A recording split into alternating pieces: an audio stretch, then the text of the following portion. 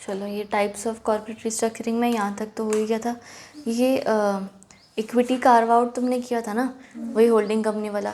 उसके अलावा ना एक इसी में अगर यही चीज़ अगर हम गवर्नमेंट कंपनी के साथ करते हैं, राइट, जहाँ पर गवर्नमेंट किसी पीएसयू पब्लिक सेक्टर अंडरटेकिंग में शेयर्स होल्ड करती है, और अब गवर्नमेंट को इतने शेयर्स होल्ड करके नहीं रखने हैं, तो गवर्नमेंट भी तो ओएफएस कर सकती है, उसको डिसइन्वेस्टमेंट कहेंगे। ठीक है, ये आई थिंक डिसइन्वेस्टमेंट आगे है तुम्हें, अगर नहीं है तो मैं लिखवा दूँगी। होगा वैसे, शायद कहीं पे होगा आगे, या नहीं है तो लिख लो डिसइन्वेस्टमेंट, लिख लो डिसइन्वेस्टमेंट। डिसइन्वेस्टमेंट अलग चीज़ है, disinvestment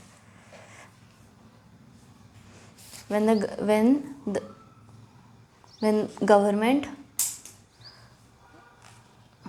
offers for sale its shares held in a PSU to the public. Offers its shares to held in a PSU to public. अब उसका फोन आ रहा है, उठा लो, बोल देगा। हिना हेलो, कहाँ पर अंकल? कहाँ पर? यहाँ तक आया ना समझ? तभी स्लम सेल से शुरू करते हैं। स्लम सेल में हमने वही सुना हुआ है ना कि भाई हाँ, या तो कंपनी ऐसा करती है कि वो आइटम आइटम करके अलग अलग सेल करेगी, अगर कंपनी को वैसे नहीं करना है तो वो इकट्ठा एक अंडरटेकिंग ऐसा गोइंग कंसर्न ही सेल कर देती है।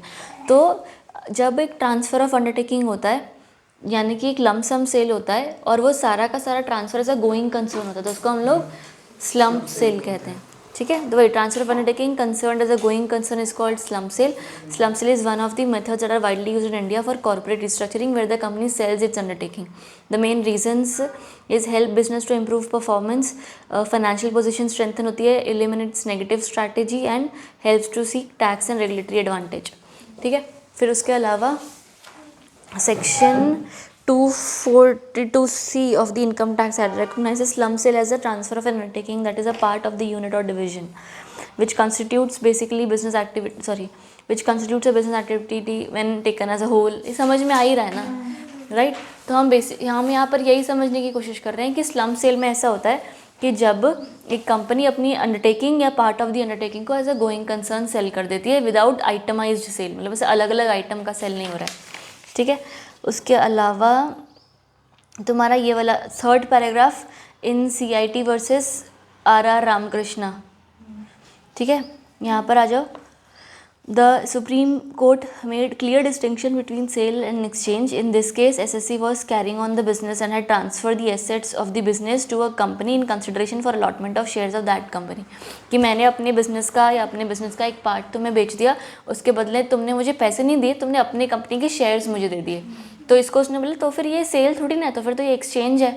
तो स्लम्प सेल होती है ना, स्लम्प एक्सचेंज थोड़ी होता है, राइट? तो उसने बोला कि अगर ऐसा हुआ है तो this will not be called as a slum sale, this is an exchange.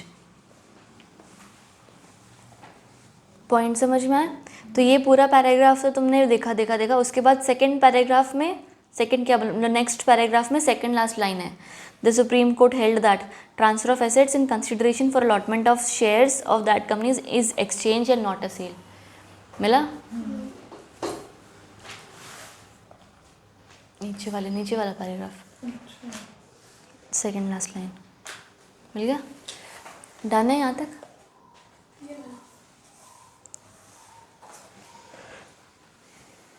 फिर ये डाइवेस्टिचर या बिजनेस सेल समझाया था ना, कुछ नई कंपनी अपने एसेट्स बेचती है, राइट? तो ये भी हमने समझा था। डाइवेस्टिचर मीन सेलिंग और disposal of the assets of the company और any of its business undertaking, usually for cash and not against equity shares to achieve a desired objective such as greater liquidity or reduced debt burden. हम ये क्यों करते हैं? हमें वही liquidity, पैसा चाहिए, या तो डेट, कहीं से कुछ लोन था या कुछ भी था तो हमने उसको बेच दिया तो हमारा डेट बर्डन कम हो गया। Divestiture is normally used to mobilize resources of the for the core business or businesses of the company by realizing value of non-core businesses. इसका मतलब जो एक बिजनेस एसेट, जो एक सेगमेंट ऑफ यूनिट या business मेरा नहीं चल रहा था, मैंने उसको बेच दिया, उससे मुझे पैसे मिल गए जो मैं अपने कोर बिजनेस में लगा सकती हूँ। आया समझ? बताओ, कोई डाउट है? सुना तूने? पैसे आएंगे हम कोर बिजनेस में लगा सकते हैं। रीजंस फॉर डाइवर्सिचर, रीजंस फॉर डाइवर्सिचर में वही डिविजनल लॉस, जो वो डिवीजन जो आपने बेचा उसमें लॉस हो रहा था. Continuous negative cash flows from a particular division, difficulty in integrating the business, पूरे बिजनेस को इकट्ठा काम नहीं कर पा रहे, unable to meet competition, better alternatives for investment, वो पैसा कहीं और लगाऊं तो ज़्यादा कमा पाऊंगे, right. Lack of technological upgradation due to non affordability, उसमें आप कुछ अपग्रेड नहीं कर पा रहे हो, इंटीग्रेशन बिटवीन डिविजन्स नहीं है, लीगल प्रेशर्स है एक्सेट्रा, राइट.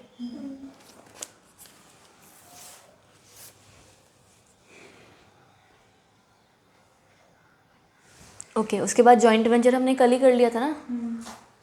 इक्विटी बेस्ड और नॉन इक्विटी बेस्ड याद है क्या था? इक्विटी बेस्ड 2 और more participants, मतलब कि इसमें जो बनती है वो एक लिस्ट इक्विटी हो सकती है.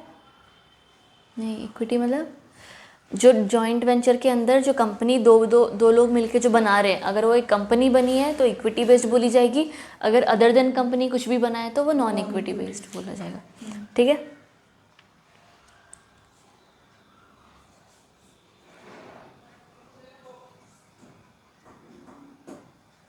उसके बाद अगला तुम्हारा स्ट्रैटेजिक अलायंस आ गया. स्ट्रैटेजिक अलायंस है ना, अब नथिंग बट कोई जॉइंट वेंचर कुछ ऐसा कुछ नहीं है ये. It is just a transaction एक तरीके से कि दो लोग आपस में मिलके कोई काम कर रहे हैं ताकि दोनों का भला हो, दोनों का अच्छा हो. अब है ना तुमको ये पता है जैसे ऊबर, आई थिंक बीच में ऊबर और स्पॉटिफाई ने एक स्ट्रैटेजिक अलायंस किया था ऐसा. हाँ, ऊबर और स्पॉटिफाई ने स्ट्रैटेजिक अलायंस किया था जिसमें ना स्पॉटिफाई ने बोला कि जो भी ऊबर वाली कैब्स चलेंगी ना उन कैब्स में मेरा पेड वाला वर्जन होगा स्पॉटिफाई का, तो people can listen to songs etcetera, पर वो कैब के अंदर ही एक्सेसिबल होगा, ऐसा कुछ था. तो इससे हुआ क्या कि दोनों का फ़ायदा हो रहा है कि अच्छा हाँ चलो ठीक है. ऊबर के साथ हम ये भी बोल सकते हैं हाँ कि भाई स्पॉटिफाई का बढ़िया है तो बेटर होगा कुछ भी. उसके अलावा स्पॉटिफाई का भी फ़ायदा हो रहा है, ऊबर को पैसे मिल रहे हैं, स्पॉटिफाई से मिल रहे होंगे ये काम करने के लिए, तो सबका भला हो रहा है, राइट. जैसे अभी हम स्टारबक्स और इसका बोलते तो ये बेसिकली एक जॉइंट वेंचर है, स्टारबक्स और टाटा एक जॉइंट वेंचर, राइट. बट एक तरीके के स्ट्रैटेजिक अलायंस भी है, दोनों एक दूसरे का भला करें. Strategic alliance is a very broad term कि भाई दोनों ने आपस में एक दूसरे का कुछ बेटर करने के लिए इकट्ठे आए हुए हैं कोई भी तरीके से, कोई वजह से ऐसा. तो सेकंड पैराग्राफ सिर्फ मार्क कर लो. Strategic alliance, strategic alliance is an arrangement between two companies that have decided to share resources to undertake a specific mutual beneficial project.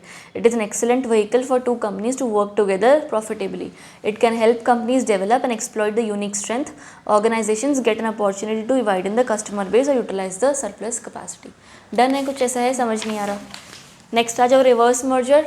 तुमको मैंने समझाया था रिवर्स मर्जर, छोटी कंपनी और बड़ी कंपनी बन रही है बट छोटी विल प्रिवेल ओवर दी बड़ी वाली, राइट. इफ़ दैट हैपन्स, अगर छोटी विल कंटिन्यू या लॉस मेकिंग कंटिन्यूस, ऐसी कोई कंपनी कंटिन्यू रहती है तो हम उसको बोलते हैं कि भाई ये रिवर्स मर्जर हो गया. हाँ, फर्स्ट पैराग्राफ लिखा हुआ है जो तुमको उस दिन बताया था, उसके सेकंड पैराग्राफ में वो लिखा है. However there is another angle to the concept. When a weaker और smaller company acquires a bigger company, it is a reverse merger. In addition, when a parent company merges into its subsidiary or a loss making company acquires a profit making company, it is also termed as a reverse merger. ठीक है. The reasons for reverse merger as to carry forward tax losses. यार है कि भाई हमारा loss है और हम लोग मर्ज हो तो हमारी कंपनी प्रिवेल करेगी तो हमारा लॉस कैरी फॉरवर्ड हो पाएगा, राइट. उसके अलावा इकोनॉमीज ऑफ स्केल तो ये तो सब में ही होता है, इसमें तो कुछ अलग से है नहीं. मार्केटिंग हो जाएगा, ठीक है. और to protect trademark rights, license agreements etcetera, ये काम का पॉइंट है. फर्स्ट पॉइंट और फोर्थ पॉइंट ही काम के. फोर्थ पॉइंट ऐसा बोल रहा है कि मान लो मेरी कंपनी है, मेरी कंपनी ने कहीं पर कोई लाइसेंस लिया था या कोई पेटेंट मेरे नाम पे रजिस्टर्ड है, तो मैं अगर किसी और कंपनी के साथ मर्ज हो जाती हूँ तो वो वाली कंपनी तो एग्जिस्ट नहीं करेगी ना. पेटेंट तो हमारी कंपनी के नाम पर था या वो लाइसेंस या रजिस्ट्रेशन तो हमारी कंपनी के नाम पर था, तो it is better to have that company in continuation so that license आपको दोबारा नहीं लेना पड़ेगा. आया समझ? कुछ जो नहीं आ रहा है अभी बताओ. डन है. उसके बाद तुम्हारा financial restructuring. Corporate financial restructuring can be anything, कोई भी सब्सटैंशियल चेंज कंपनी के फाइनेंस में, कंपनी की ओनरशिप में, कंपनी की इस तरीके से कि कंपनी के पास फाइनेंस ऊपर नीचे हो रहा है, ठीक है. हमने दो तरफ से पढ़ा था, एक इंटरनल और एक्सटर्नल रीस्ट्रक्चरिंग. कुछ कुछ याद आता है? इंटरनल ऑर्गेनाइजेशन का खुद का, एक्सटर्नल सारे फाइनेंस. सबको ही नींद आ रही है आज. पढ़ लेते हैं। यहाँ पर इन्होंने सिर्फ इंटरनल दिया हुआ है, internal restructuring of company third वाली लाइन में दिया हुआ है, is the simplest form of financial restructuring. Under this various liabilities are reduced after negotiating with various stake holders such as banks, financial institutions etcetera. It deals with restructuring of capital base and raising finance for new projects. ठीक है, अब basically यहाँ पर क्या बोला हुआ है तुम्हें कि फाइनेंशियल रिस्ट्रक्चरिंग, मैंने तुम्हें ना तब स्टार्टिंग में आया था ये टॉपिक, मैंने तब तुम्हें बताया था कि 2 टाइप की फाइनेंशियल रिस्ट्रक्चरिंग होती है, एक डेट और एक इक्विटी, राइट। जब हम इस बारे में बात करते हैं, हम ये कोशिश करें कंपनी के फाइनेंसेस में कोई स्ट्रक्चरल चेंज आ रहा है। फाइनेंसेस में स्ट्रक्चरल चेंज आ रहा है मतलब क्या हुआ कि कोई लाइबिलिटीज़ पे ऑफ हो रही हैं, या एसेट्स कुछ आ रहे हैं, या आपके पास लिक्विडिटी बढ़ रही है, कैश के बेसिस पर कुछ आपका ऊपर नीचे हो रहा है। It can be in the nature of debt, it can be in the nature of equity, right. अब फॉर एग्जाम्पल मैंने डेट लिया हुआ था, मैं पे ऑफ नहीं कर पा रही हूँ, so I am negotiating with my stake holders कि भाई गिव मी सम लेवरेज कि भाई मैं, या लीवे कि भाई मैं आपका पैसा दे नहीं पा रही हूँ, तो 90 करोड़ के बदले आप 80 करोड़ ले लो, क्या इतना चलेगा ऐसा? तो when you enter into such transactions with the creditors और with your stake holders, it is called as internal restructuring. ठीक है, बाकी एक्सटर्नल उन्होंने यहाँ पे कुछ बोला नहीं, हम आगे बस पढ़ लेते हैं अब क्या है। डेट रिस्ट्रक्चरिंग में it involves a reduction of debt and an extension of payment terms और change in the terms and conditions which is less expensive. आया कि भाई हमने अपने पेमेंट टर्म्स चेंज करवाने की कोशिश करे। ठीक है, it is nothing but negotiating. ये लोग जो कंपनी का कैपिटल स्ट्रक्चर होता है उसमें चेंज होता है ना फाइनेंशियल रिस्ट्रक्चरिंग में। कैपिटल जरूरी नहीं है ना, डेट में भी चेंज हो सकता है ना। तो कैपिटल में नहीं, अच्छा वो तो उसमें आ गया लायबिलिटीज में, दोनों लाइबिलिटी है पर एक शेयर कैपिटल मतलब ये लोन में आ गया। हाँ हाँ, ठीक है। तो ये it is the process, second line में it is the process of reorganising the whole debt capital of the company. Fourth line पर आओ, debt capital of the company includes secured loan, secured long term borrowings, unsecured long term borrowings and short term borrowings. बढ़िया। तो इसमें अगर इन तीनों में कोई change आ रहा है तो आपका डेट कैपिटल वाला, डेट वाला रिस्ट्रक्चरिंग है, राइट। तो पहला restructuring of the secured long term borrowing for improving liquidity and increasing the cash flows for a sick company and reducing the cost of capital for healthy companies। ये समझ आया? पढ़ो पढ़ो।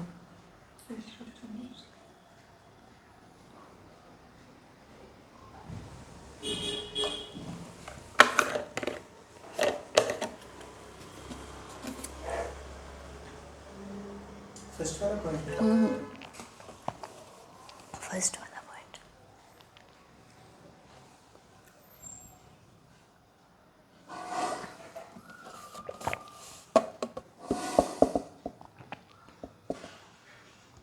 अगर रिस्ट्रक्चरिंग करते हैं तो जो सिक कंपनी होती है ना, हाँ उसमें वो अगर लोन ले लेते हैं जिसकी वजह से उनके पास कैश फ्लो और वो, क्योंकि सिक कंपनी का फंड्स नहीं होते ना, या फिर उनका प्रॉफिट नहीं आ रहा, तो जो भी होता तभी तो सीखे, तो इस वजह से उनके पास लोन ले लेते हैं और तो लिक्विडिटी बढ़ जाती है और कैश फ्लो आ जाता है उनके पास। ये चीज़ है। हम तो क्या? वापस ही नहीं कर रहे ना। क्या बोला तू? ये पॉइंट्स किसी है किस कंपनी चीज़ को के? पहले दे लेगा, ऐसा लिखा है। ये पॉइंट्स है किस ये चीज़ कुछ नहीं है, ये वही है CIRP। सिक कंपनी कौन सी है?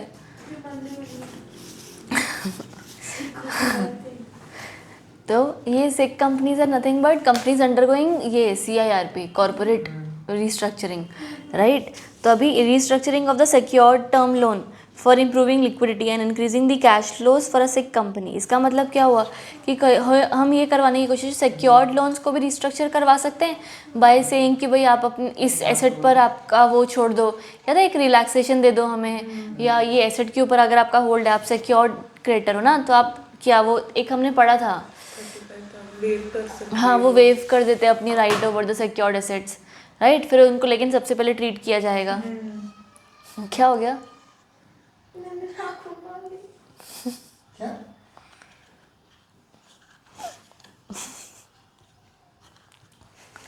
खुद के आँख में मार लिया, क्या मार लिया? नाखून। अब जो निकाल चुकी है नाखून वो नकली वाले, फिर भी मार ली। कभी निकाल करके दिया निकाल। तुमने? हाँ पता लग गया। मैंने इतने बड़े नाखून देखे। देखिए कट कर दो नहीं। हाँ कुछ कर दो।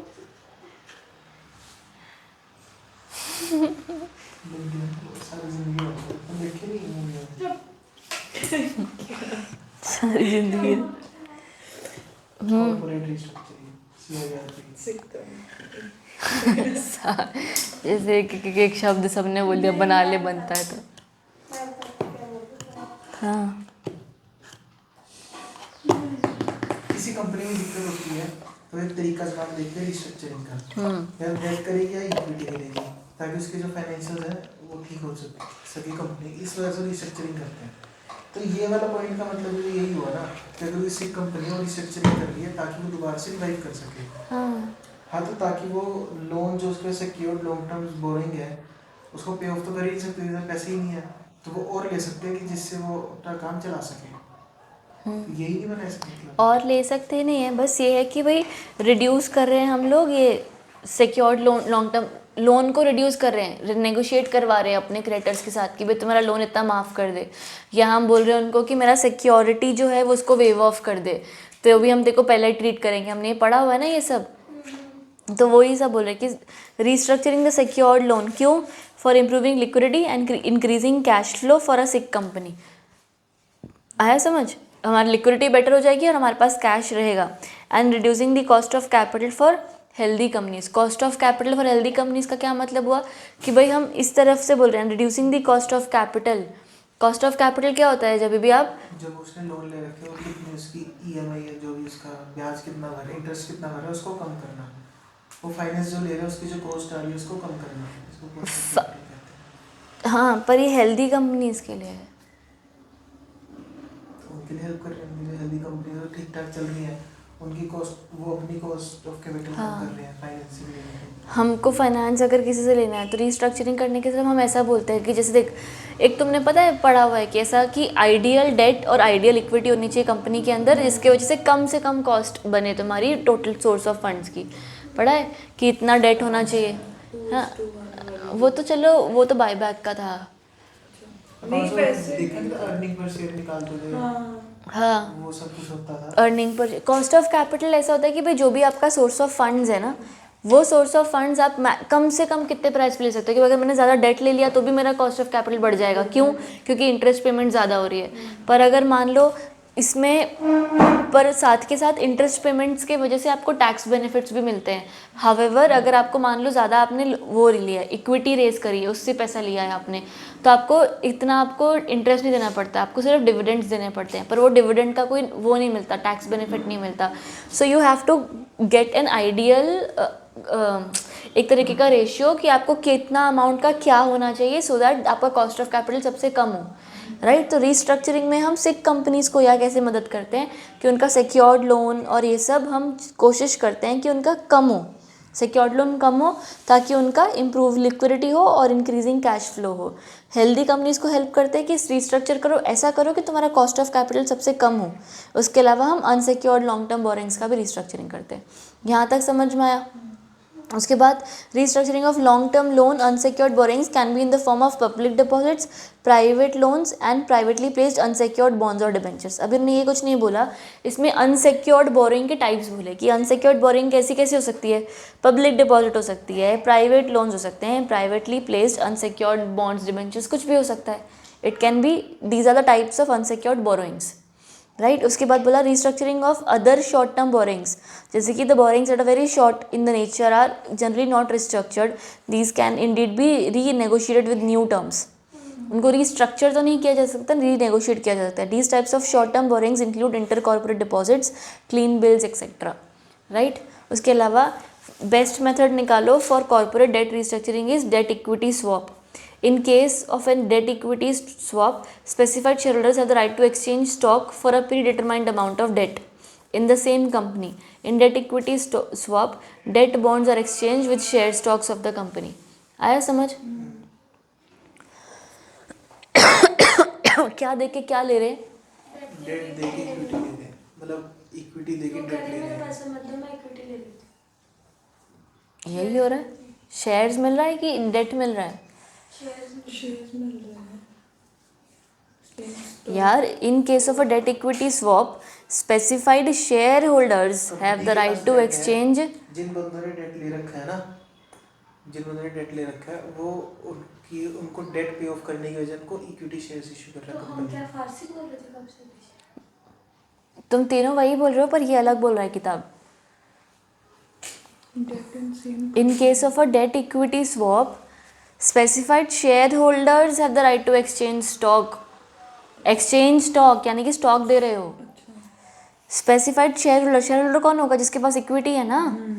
तो in case of debt equity swap, specified share holders have the right to exchange stock.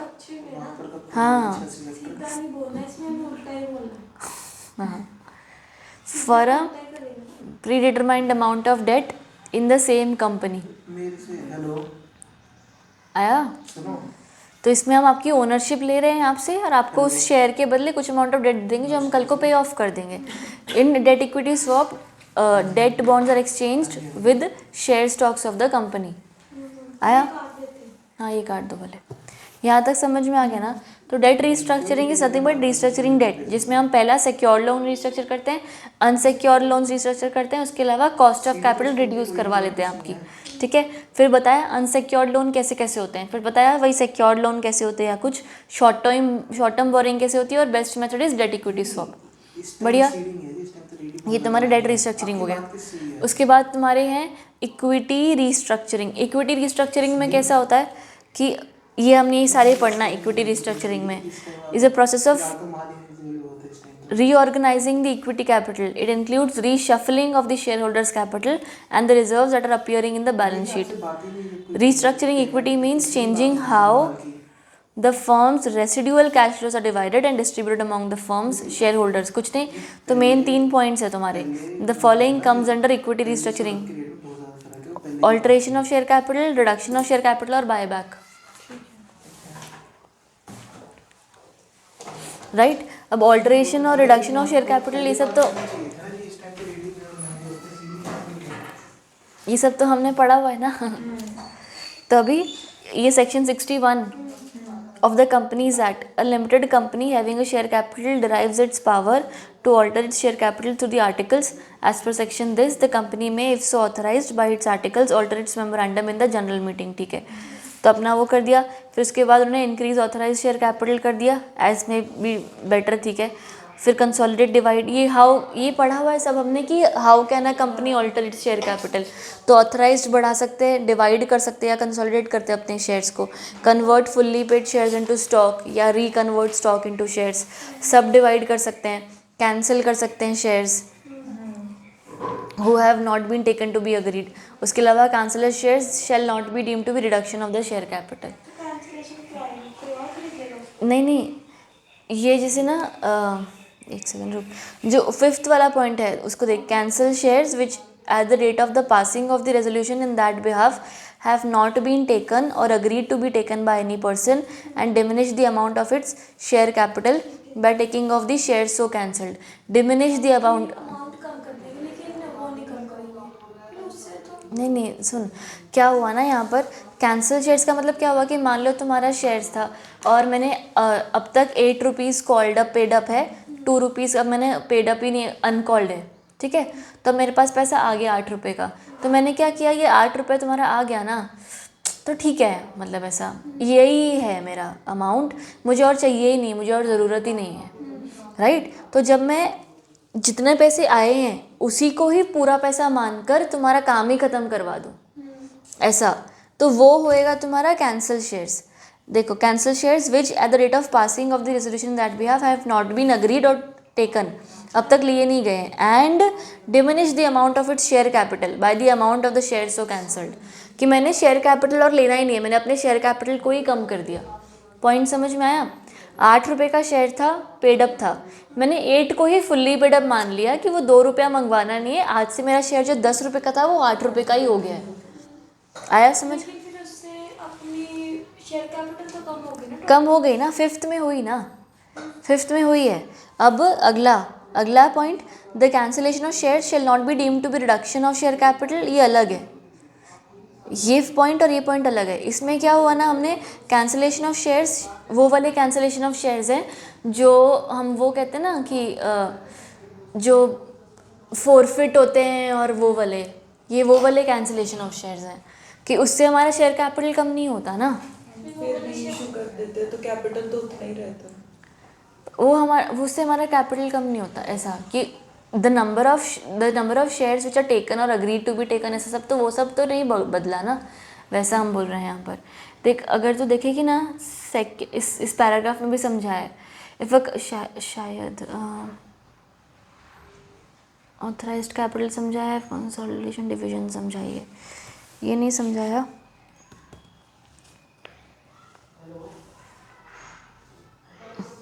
जो तेरा 6th पॉइंट है ना, कैंसिलेशन ऑफ शेयर्स, उसको ना मार्क कर। ये 6th पॉइंट तेरा रिडक्शन ऑफ शेयर कैपिटल में जाता है, ऑल्टरेशन ऑफ शेयर कैपिटल में नहीं जाता, आई थिंक सो। नहीं रुक जा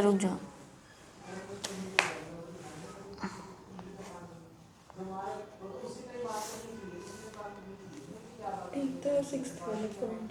अगर हम जैसे वो पे नहीं कर रहे हैं मैं कॉल की अमाउंट, तो हमने उनको कैंसिल कर दिए शेयर्स को। हाँ, ये 4 फीचर वाला है बस, 4 फीचर वाला पॉइंट है बस। इतना मार्क कर लो, वहाँ पे चलेगा। आया? ठीक है, तो तुम्हारा सारे अभी पॉइंट्स जो है ना, यार ये पता नहीं क्या होता रहता है।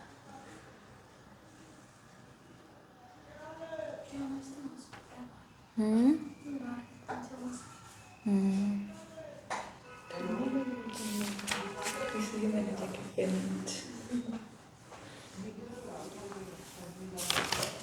रुक जाए क्या? रुक जाए, इसका वेट करें, क्या आ रहा है वो।